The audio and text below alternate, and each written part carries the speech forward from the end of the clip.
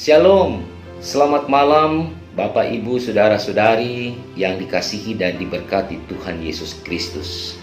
Jumpa kembali di dalam khotbah online ibadah keluarga malam hari ini 20 Oktober 2021 bersama saya Pendeta Charles Manuputi. Kita akan membaca firman Tuhan malam hari ini dan merenungkannya di dalam kebersamaan. Meskipun melalui media online, namun kita meyakini dengan iman bahwa kuasa Tuhan akan menjamah ibu bapa dan saya di dalam memahami dan melakukan firman Tuhan di tengah-tengah kehidupan kita bersama. Sebelum kita membaca firman Allah malam hari ini, mari kita berdoa memohon pertolongan dan bimbingan Roh Kudus. Kita berdoa. Kami bersyukur Tuhan Yesus kalau Engkau kembali mempertemukan kami di dalam pelayanan khotbah online ibadah keluarga Jemaat GPIB Ebenezer Gianyar Bali malam ini. Kami akan mendengarkan firman-Mu. Tuhan tolong kami supaya kami dimampukan untuk mengerti dan melakukan sabda-Mu ini di tengah-tengah kehidupan kami sebagai orang percaya. Bapa, bersabdalah, kami siap mendengarkannya. Amin. Saudara-saudara, pembacaan Alkitab pada malam ini terambil dari Kejadian pasal 45, ayat yang keempat hingga ayatnya yang ke-15. Kejadian 45, ayat 4 hingga 15 menyatakan, Lalu kata Yusuf kepada saudara-saudaranya itu, marilah dekat-dekat. Maka mendekatlah mereka. Katanya lagi, akulah Yusuf saudaramu yang kamu jual ke Mesir. Tetapi sekarang janganlah bersusah hati dan janganlah menyesali diri, karena kamu menjual aku ke sini. Sebab untuk memelihara kehidupanlah Allah menyuruh aku mendahului kamu. Karena telah 2 tahun ada kelaparan dalam negeri ini, dan selama 5 tahun lagi orang tidak akan membajak atau menuai. Maka Allah telah menyuruh aku mendahului kamu untuk menjamin kelanjutan keturunanmu di bumi ini, dan untuk memelihara hidupmu, sehingga sebagian besar daripadamu tertolong. Jadi, bukanlah kamu yang menyuruh aku ke sini, tetapi Allah. Dialah yang telah menempatkan aku sebagai bapa bagi Fir'aun dan tuan atas seluruh istananya dan sebagai kuasa atas seluruh tanah Mesir. Segeralah kamu kembali kepada bapa dan katakanlah kepadanya, beginilah kata Yusuf anakmu, Allah telah menempatkan aku sebagai tuan atas seluruh Mesir. Datanglah mendapatkan aku, janganlah tunggu-tunggu. Engkau akan tinggal di tanah Gosen dan akan dekat kepadaku. Engkau serta anak dan cucumu, kambing domba dan lembu sapimu, dan segala milikmu. Di sanalah aku memelihara engkau, sebab kelaparan ini masih ada 5 tahun lagi, supaya engkau jangan jatuh miskin bersama seisi rumahmu dan semua orang yang ikut serta dengan engkau. Dan engkau telah melihat dengan mata sendiri, dan saudaraku Benyamin juga, bahwa mulutku sendiri mengatakannya kepadamu. Sebab itu ceritakanlah kepada bapa segala kemuliaanku di negeri Mesir ini, dan segala yang telah kamu lihat. Kemudian segeralah bawa bapa kemari. Lalu dipeluknyalah leher Benyamin adiknya itu, dan menangislah ia, dan menangis pulalah Benyamin pada bahu Yusuf. Yusuf mencium semua saudaranya itu dengan mesra, dan ia menangis sambil memeluk mereka. Sesudah itu barulah saudara-saudaranya bercakap-cakap dengan dia. Demikianlah pembacaan firman Tuhan. Terpujilah Kristus, haleluya. Bapak, Ibu, saudara-saudariku yang diberkati dan dikasihi Tuhan, sejak kita sekolah minggu kita sudah mengenal cerita tentang anak-anak Yakub. Kita sudah mengenal kisah bagaimana Yusuf itu ada di Mesir dan ia menyelamatkan kaum keluarganya dan menyelamatkan umat Allah Israel di dalam kehidupan dan di dalam karya-karya keselamatan yang dilakukan melalui bangsa ini. Peristiwa dijualnya Yusuf ke Mesir oleh saudara-saudaranya dimulai dengan rasa iri hati, rasa kebencian, rasa kemarahan, rasa ketidakadilan yang dialami oleh saudara-saudara Yusuf karena Yakub sang ayah lebih mengasihi Yusuf dibandingkan anak-anaknya yang lain. Hanya Yusuf seorang yang dibuatkan jubah terbaik dan terindah. Lalu kemudian kemarahan, kedengkian, sakit hati, iri hati ini menimbulkan sebuah niat untuk membunuh saudara mereka sendiri, Yusuf. Namun niat itu dibatalkan dan mereka menggantikan niat membunuh saudaranya itu dengan menjualnya kepada saudagar Midian ke Mesir. Dengan pikiran, dengan harapan, dengan tujuan supaya kasih Yakub sang ayah itu kemudian dapat dibagikan kepada ke-11 anaknya yang lain secara adil. Saudara-saudara, kisah ini punya dua tema besar. Yang pertama, tentang pemeliharaan Allah yang tidak bisa digantikan atau diubah oleh siapapun ketika Allah berkehendak dan Allah merancangkan niatannya kepada manusia. Dan tema kedua yang juga menarik dan itu tergambar dalam perikop yang tadi kita baca bersama-sama adalah tema tentang pengampunan. Saudara-saudaraku yang diberkati Tuhan, kita akan mulai melihat tema yang pertama terkait dengan rencana Allah melalui Israel dalam karya penyelamatannya. Ketika Yusuf dijual oleh saudara-saudaranya sendiri, maka sebenarnya Yusuf mengatakan dalam perjumpaannya dengan semua saudaranya di Mesir bahwa itu bukan rancangan yang mereka buat. Itu bukanlah sesuatu yang memang lahir dari kehendak saudaranya. Tetapi Yusuf menegaskan bahwa seluruh proses yang ia alami sebagai saudara yang dibuang dan dijual kepada saudagar Midian, dalam kenyataannya itu adalah kehendak Allah yang besar baginya dan bagi keluarganya.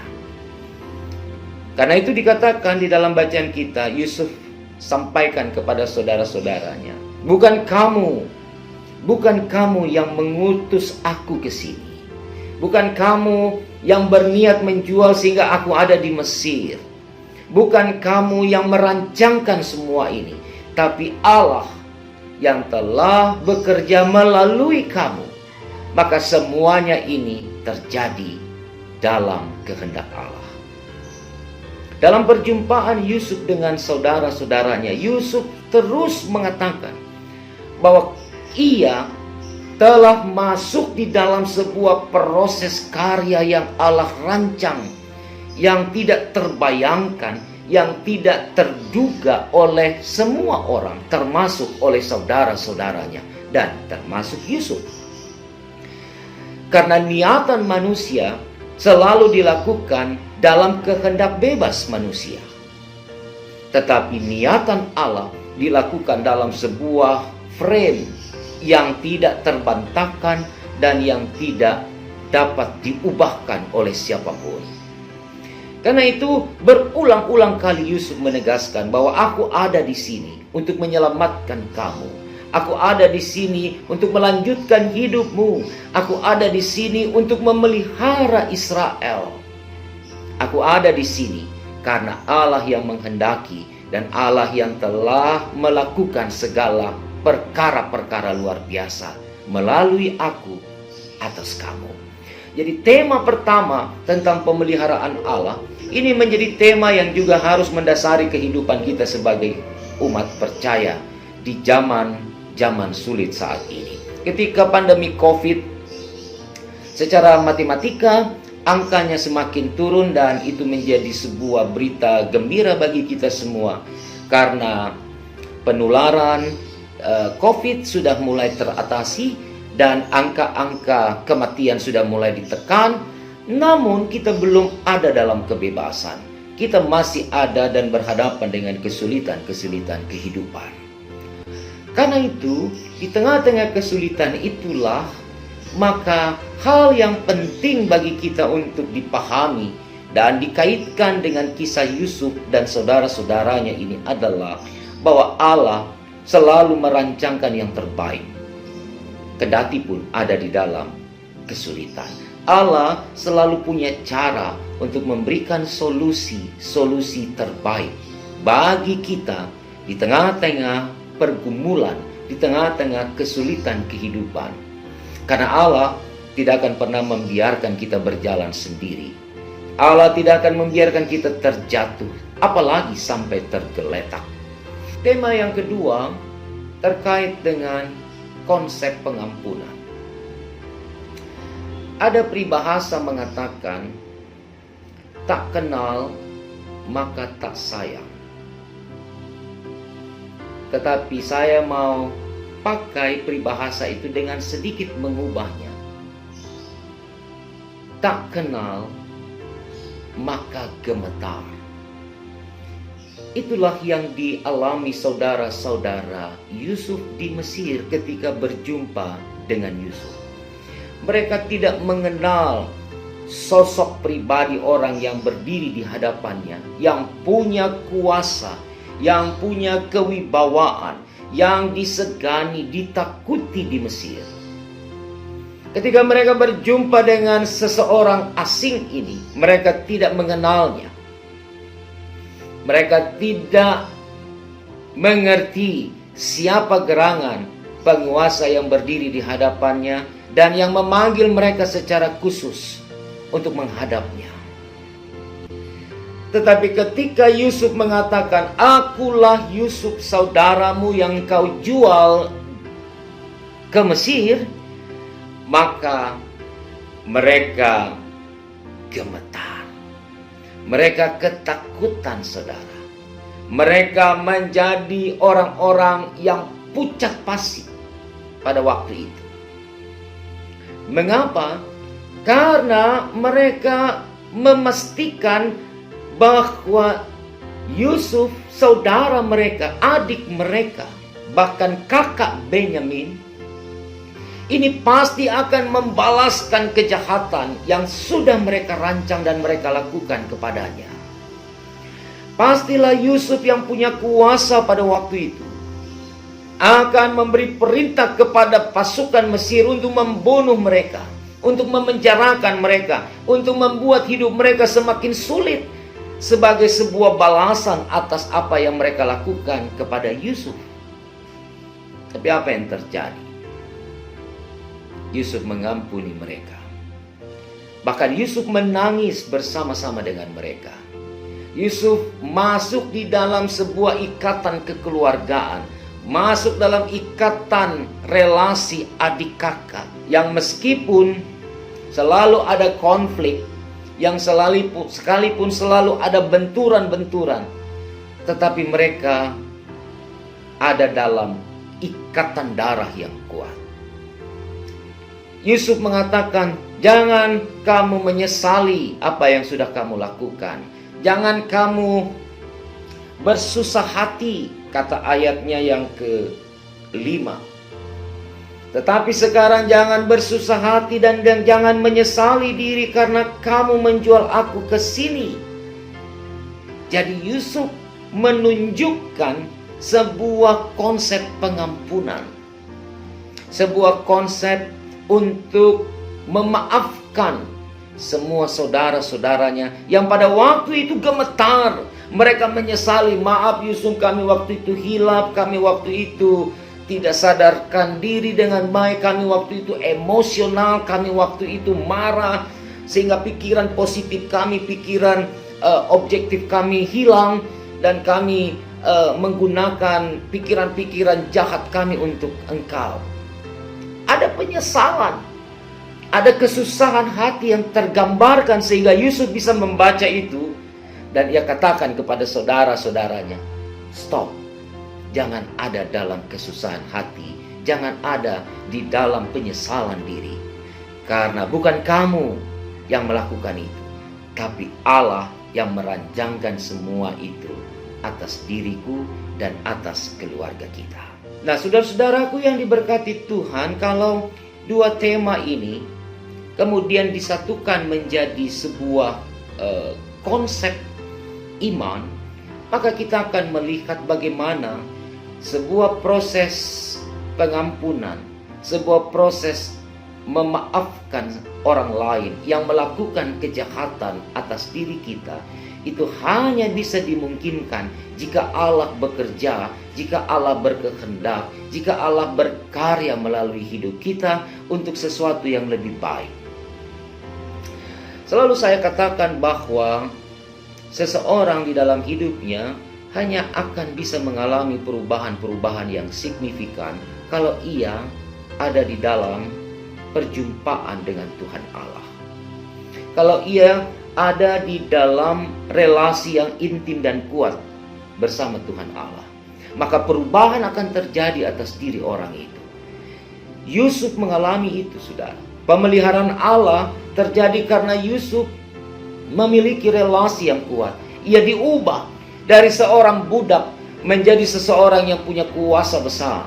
Ia diubah dan dipakai Tuhan untuk menerjemahkan mimpi-mimpi Fir'aun yang kemudian menimbulkan kepercayaan, menimbulkan keyakinan bahwa orang ini orang baik, bahwa orang ini adalah orang yang bisa menyelamatkan Mesir dan seluruh rakyatnya di dalam paceklik kekeringan, kelaparan selama 7 tahun. Hanya orang yang berjumpa dengan Allah secara intimlah yang akan mengalami perubahan-perubahan dalam hidup mereka. Oleh karena itu, sebagai gereja, sebagai orang percaya, kita juga harus belajar dari sosok Yusuf.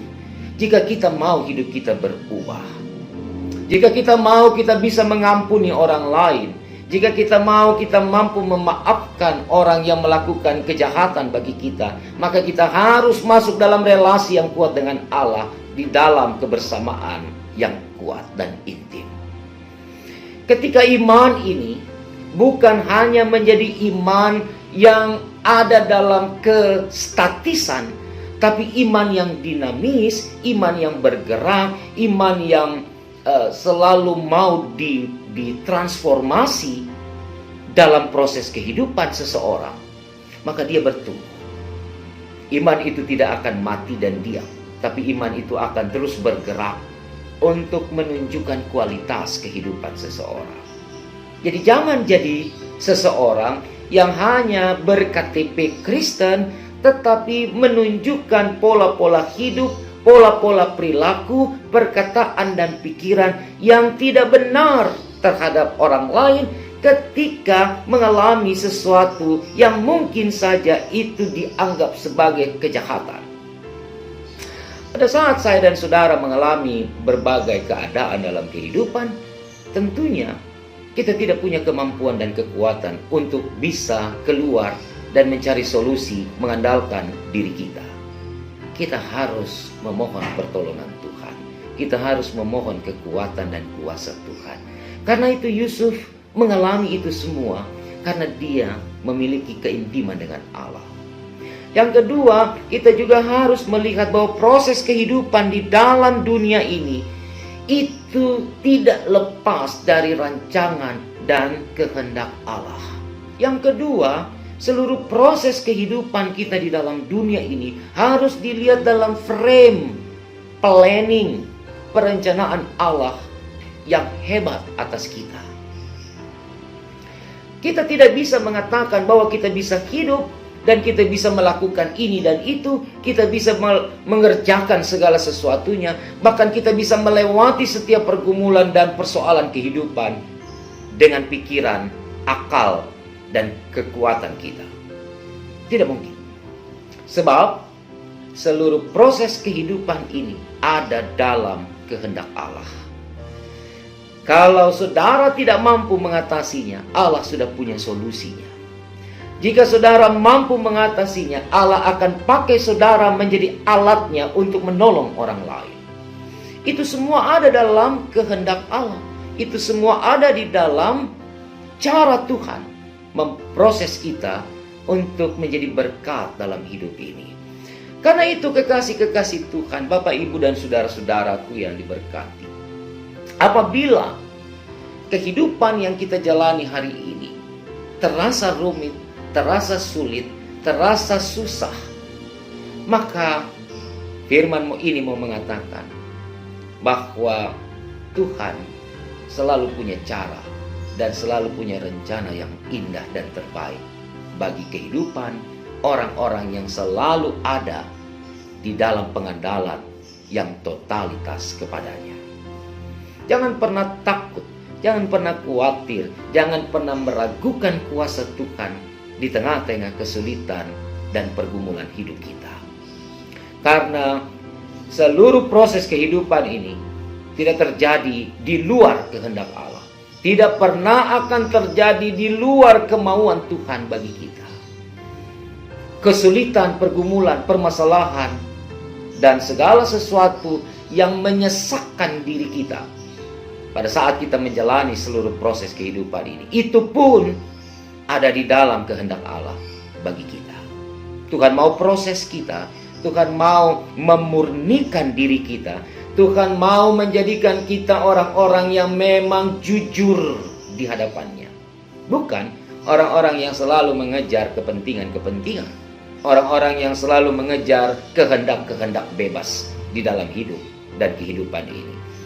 Karena kita tahu dan kita sadari bahwa hidup ini ada di dalam kehendak Allah dan rancangan Allah yang baik dan bagus, besar dan indah bagi kita. Maka marilah kita juga menyandarkan kehidupan ini di dalam kuasa Allah yang besar itu. Kekasih-kekasih Tuhan, biarpun pandemi belum berakhir, biarpun COVID masih menjadi ancaman bagi hidup kita, tapi perjalanan hidup yang sudah Tuhan tentukan tidak bisa diubah oleh siapapun.